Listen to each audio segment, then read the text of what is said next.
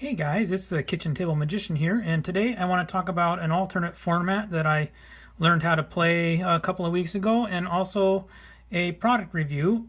And that format is Planechase, which I had never played before until, I want to say maybe about 2 weeks ago. Little history on it. Planechase is a format that was invented by Wizards, and they printed some product back in 2009 was the first release. They had some Planechase packs with some cards and decks and some of that stuff. And then in 2012, they did a second wave. And then it just disappeared and was never heard from again. I admittedly never bought any of it and had never played with it before. But as a fan of alternative formats now, learning how to play it's been a lot of fun. Which leads me to why I want to do this video. Wizards has released Planechase Anthologies. It's been out a couple of months now. It's generated very little buzz, and it's not something that's been real exciting for people to pick up. And I get it. People, have to prioritize where they want to spend their money and what they want to spend their money on. But I really do want to break it apart and show it to you guys, because I got to tell you, me and my play group have had more fun with Planechase Anthologies than we've had with anything else since, well, in a long time. So let's get into it. Okay, so first impressions of this product. It is massive. The box that this thing comes in is massive. And the MSRP is kind of steep at about $150 retail at a game store. Now, you can pick it up for a lot cheaper than that online. So that's what I would recommend.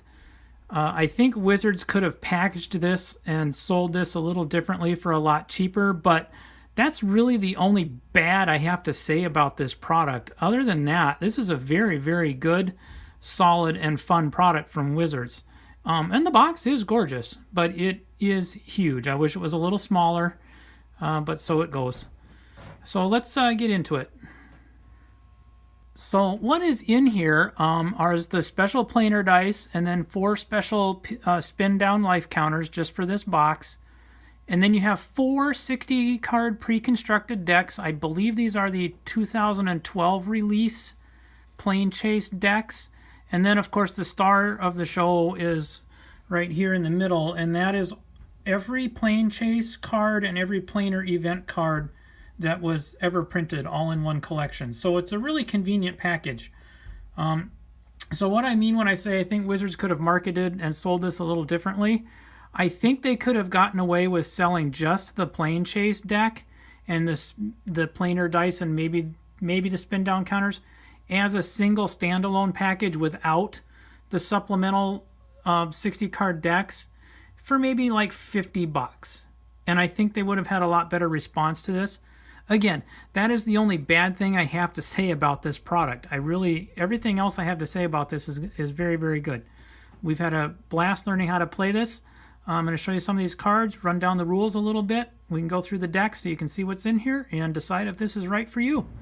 So the premise behind Magic is that you and your opponents are all planeswalkers, and that you just kind of jump around the Magic universe collecting knowledge and spells and new creatures, and even meeting other planeswalkers that you can use to duel other planeswalkers. I mean, that's the premise of the whole game. And so to that end, I love the idea of having these planes actually defined on cards and actually altering the battlefields and changing the way that you play Magic. It's a very cool and novel idea, and I'm just sorry I didn't grab onto it sooner. So this is the Planechase deck. These are all the Planechase cards and events. The size of these cards are about twice a normal Magic card, but I think they do make custom sleeves if you wanted to sleeve this up. These are really big cards, and the reason for that is that they go in the middle of your table or where you're playing, and they are always on the battlefield. They are not considered a permanent. They can't be destroyed, altered, or anything like that. So you just planeswalk on and off of these, And you do that at the roll of a dice. So there's included a special Planechase dice. It's got 4 blank sides, a planeswalker symbol, and then this side is the chaos symbol, which has random effects depending on the plane that you're on. So at any time during one of your main phases, at sorcery speed, you can roll this dice for free once per turn. If you land on a blank side, nothing happens. If you land on the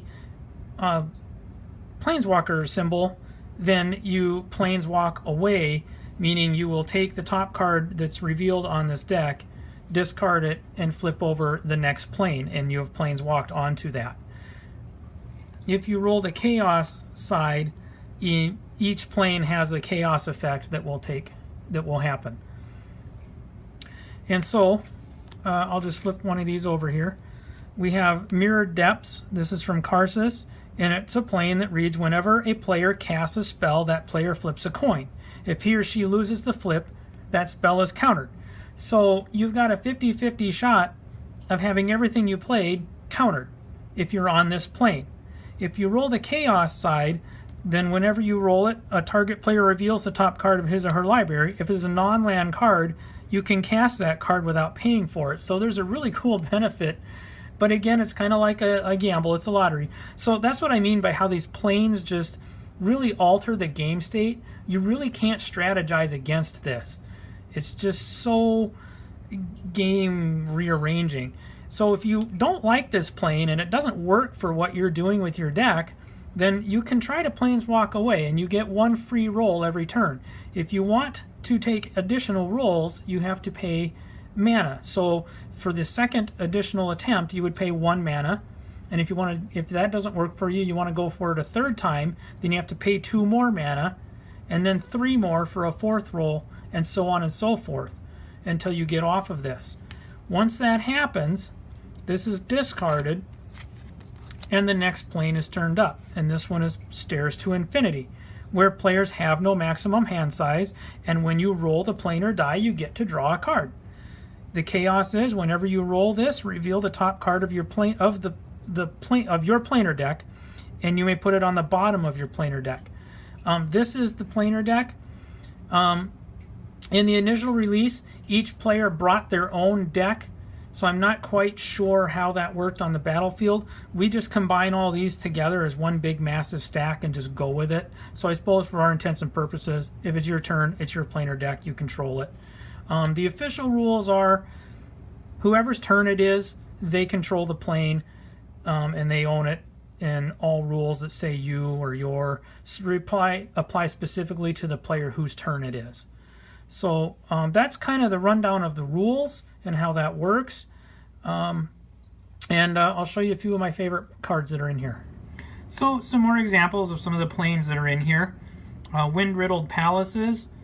Players play with the top cards of their libraries revealed. You may play the top card of any player's library. In a 6-player game, like we did last weekend, and this thing came up, I've got to tell you, when you're trying to decide whether you want to play something out of your hand or play something off your opponent's library, and you've got 5 libraries to choose from, this is just some silliness here and a ton of fun. Tazim, creatures can't block. This ends games in a big hurry. There's no blocking. It's just wide open. Everybody just goes, and games just get finished. Horizon Bows.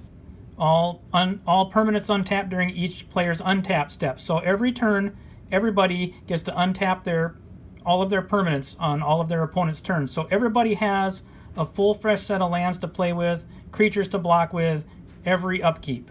So that's pretty crazy too. But not all the planes are as fun as this. Some of them, you get onto them and you can't get off them fast enough. This is the Nar Isle. At the beginning of your upkeep, put a flame counter on it, and then it deals a damage to you equal to the number of flame counters on it. So people tend to want to get off of this as quickly as possible, because the longer you stay on it, the worse it gets, and it really starts to hurt. And then one of my personal favorites, so this one's just good for everybody. People like to be on this one. When you planeswalk to this, draw a card. At the beginning of your upkeep, draw an additional card. When you roll Chaos, draw a card. Everybody just draws cards all day long. No downside here. This is probably my favorite artwork, though. This one reminds me from Star Wars, the first episode when Obi-Wan Kenobi was trying to get the tractor beams down so the Millennium Falcon could escape. This reminds me of that platform that he was on. So I like this piece of artwork. There are also phenomenon cards. So as you're planeswalking, if you run into a phenomenon card, you reveal it, do what it says, and then you move on to the next card under the planar deck. So in this case, when you reveal this, everybody draws 4 cards. Then you move on to the plane that's underneath, and that's where you end up. Or you have plane-wide disaster. When you encounter this, destroy all creatures. So it's a Wrath of God effect. So there's some of that in the deck too. And this deck it's massive. It's really thick, and it's just full of the good stuff. So lots of fun to play with. I'm going to run down the decks for you, the pre-constructed decks that are in here too real quick, just so you can see what all's really in this and if it's right for you. So the first deck in here they call Savage Auras, and it's green-white. And it's all about playing enchantments and auras and beefing your army up. It's a very resilient deck, actually.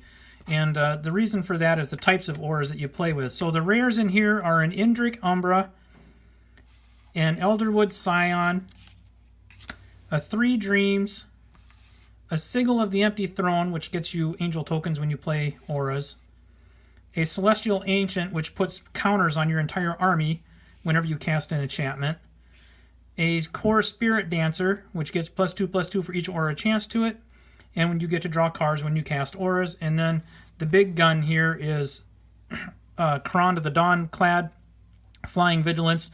If it is enchanted, when it attacks, you can exile any permanent. 6/6 Flying Vigilance. So that's the beat stick. Normally when playing with auras, I'm not real excited about it. But with this deck, it's okay. I always feel like I'm playing with auras. There's the risk of getting 2 for 1, but this deck is full of Umbras, and that's an aura that's a special kind. It's called Totem Armor, and if the creature it is on would die, you may instead sacrifice the enchantment, and the creature survives. So the deck is full of these, and that's what I mean when I say this deck is really resilient. It just sticks around because you've got to get through all these Totem Armors, and there's a pile of them. And then they also included a copy of Rancor, which again is an enchantment I don't mind running because I don't feel like I'm getting 2 for 1 with this, because if the creature dies, you get to put Rancor back in your hand. It's very cheap to recast, and it gives a nice little bonus of +2/+0 and trample. So I never feel 2 for 1 on Rancor. And then there's just some other auras and a Ghostly Prison. So that kind of rounds that. And then they just rounded it out with creatures that just get the benefit of playing with and around enchantments. They get bonuses for having enchantments on them. They let you go get enchantments from the graveyard, let you go get enchantments from your library, etc., etc. So that's the green-white deck in a nutshell.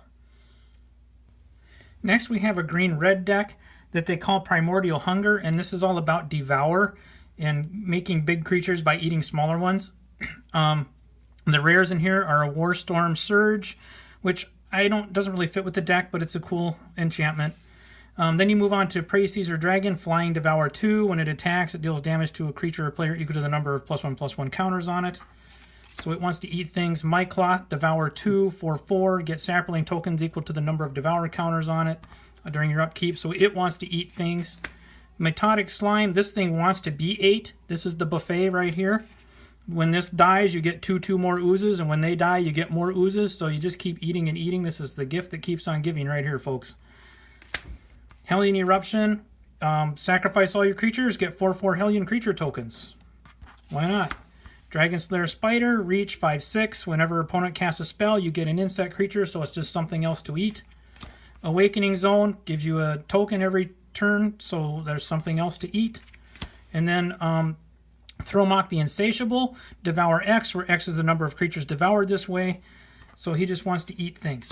So then they put in some creatures that give you other creatures, so you can go a little bit wide and create some tokens. There's a Nest Invader and some Beetleback Chiefs. And then lots of creatures that want to be eaten. So Mudbutt and Torch Runner, when it dies, deal 3 damage. Emissary, go get a land.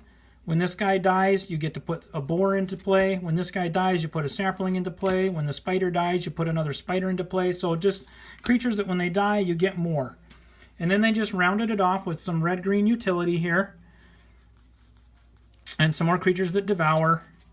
And then they included a one-of Overrun. And then the best card in here, Mark of Mutiny. They should have put a couple more of these in, because you can actually use this, steal an opponent's creature, attack your opponent with that creature, and then play another creature that devours it on your second main phase, so your opponent never gets their creature back. So yes, tons of fun there. So that's the red and green deck. All right, the third deck is called Chaos Reigns, and this is a 5-color Good Stuff Cascade deck. So your rares in here are an Exotic Orchard, a Whirlpool Warrior, a Sunken Hope, a Mass Mutiny, a Last Stand, which has a paragraph on it, but it's very cool, and then some guys that get into the Cascade thing. Ethereal Horn Sorcerer, Cascade, 3/6. It costs 6, and you can pay 3 to put it back in your hand. Enigma Sphinx, 5/4 flying with Cascade. It costs 7, and when it dies, it goes into your library third from the top.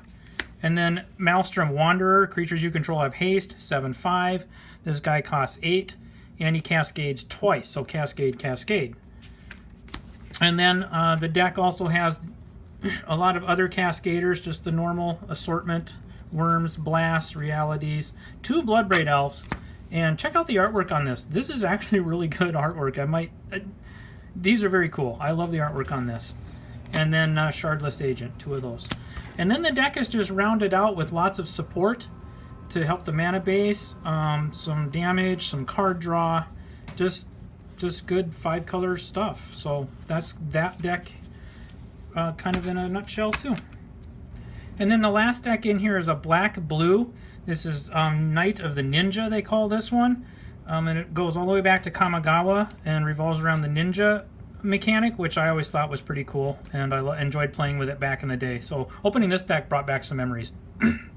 So your rares are Glenalandra Liege, Dark Hatchling, which is basically a Necrotol with flying, and if it gets through unblocked, you can pop a ninja into play in its place, put this back in your hand, so there's fun to be had here. Kaida Spike, which doesn't work so well on the ninjas because you do have to equip it to get its effect, but it does work well on unblocked or unblockable creatures, so that's why it's in here, and if they get through, your opponent's going to lose a lot of life. Then we get into the ninjas. The rare ninjas are a Silent Blade Oni, Ink Eyes the Servant of Oni, Sakashima's Student, Hyger the Stillwind, and I know I didn't pronounce that right, and Vela the Nightclad, which gives all your creatures Intimidate, so it makes them hard to block. Then the deck is rounded out with a handful of other ninjas of the blue and black varieties. Rat ninjas, nice. And then Whispercell Cloak to give creatures unblockable, and then some unblockable creatures so that you can get the ninja trick to go off, and then round it off with black, blue support and utility. And then also of note in this deck, and I was surprised to see this, is a pair of Baleful Strix, which was just reprinted in Eternal Masters as a rare, and a very good one at that. So this was a nice surprise to see this in here. Okay, one thing I did notice with all of these decks though, is that there are no foils in any of this. And I think that at this price point, Wizards probably could have and should have included some foils in here. So I guess that's the only other bad thing I can say about this product, is that Wizards probably should have done that. It would have been a nice finishing touch on something like this. Outside of that, this is a very solid product. We've enjoyed playing with it. It also includes all of the tokens that you will need to run all the decks, and then of course the 4 custom spin down counters. So I hope this review was enjoyable. I hope that you learned something, and if you were on the fence about whether or not you should get into this, maybe this will help you make that decision. So thanks for watching.